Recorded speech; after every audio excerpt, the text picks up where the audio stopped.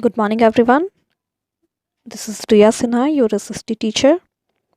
Today, we are going to start chapter number 12 of history, that is, buildings, paintings, and books. In this chapter, we will learn about different types of ancient buildings, paintings of that time, and all the ancient books. We will come to know about it. Here, first topic is given in a chapter, the iron pillar. The iron pillar at Mehrauli, Delhi is a remarkable example of the skill of Indian craftspersons.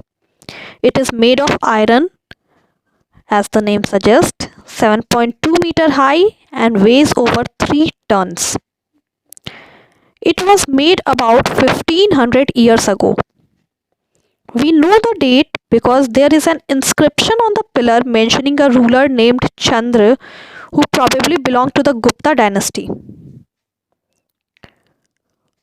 Obviously, this is an amazing fact that the pillar has not rusted in all these 1500 years. See the next topic, buildings in brick and stone. The skills of our craft persons are also apparent in the buildings that have survived, such as stupas. The word stupa means a mound. While there are several kinds of stupas, round and tall, big and small, these have certain common features. Generally, there is a small box placed at the center or heart of the stupa. This may contain bodily remains of the Buddha or his followers, or things they used, as well as precious stones and coins. This box, known as a relic casket, was covered with earth. Later, a layer of mud brick or baked brick was added on the top. And then the dome-like structure was sometimes covered with carved stone slabs. Often a path known as Pradakshina Path was laid around the stupa, and this was surrounded with railings. Entrance to the path was through gateways. Devotees walked around the stupa in a clockwise direction as a mark of devotion.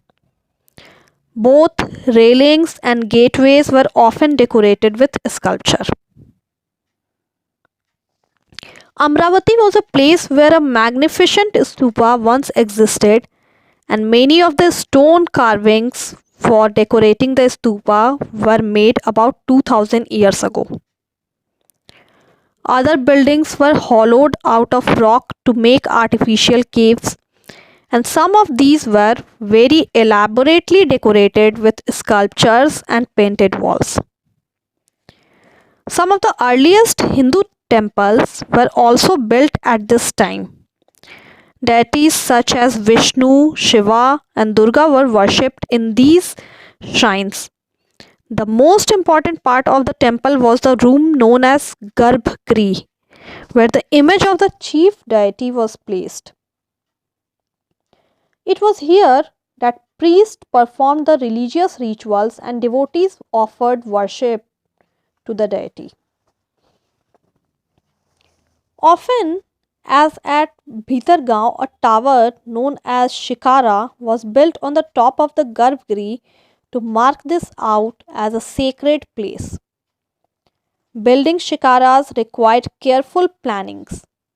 Most temples also had a space known as mandap, and it was a hall where people could assemble. Some of the finest stone temples were built in Mahabalipuram and Aihole, and some of these are even shown in a book also. Now, how were stupas and temples built? There were several stages in building a stupa or a temple. Usually, kings or queens decided to build these as it was an expensive affair. First, good quality of stone had to be found, quarried, and transported to the place that was often carefully chosen for the new building.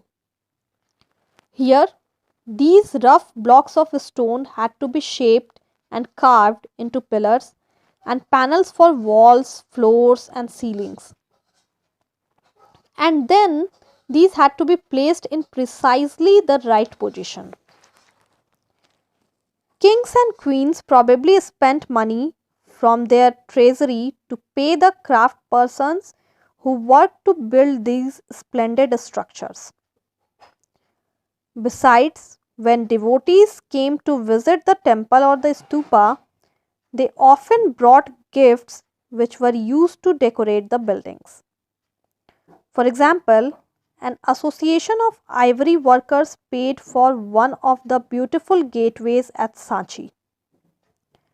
Among the others who paid for decorations were merchants, farmers, garland makers, perfumers, smiths, and hundreds of men and women who are known only by their names, which were inscribed on pillars, railings, and walls.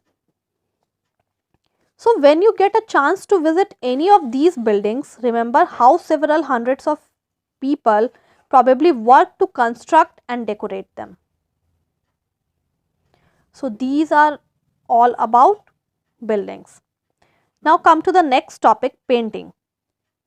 See the next topic, painting. Ajanta is a place where several caves were hollowed out of the hills over centuries. Most of these were monasteries for Buddhist monks, and some of them were decorated with paintings. Here are some examples, as the caves are dark inside and most of these paintings were done in the light of torches. The colors, which are vivid even after 1500 years, were made of plants and minerals. The artists who created these splendid works of art remain unknown. Okay, so this is all for today. Hope you all understood all the covered things well. Thank you and have a nice day.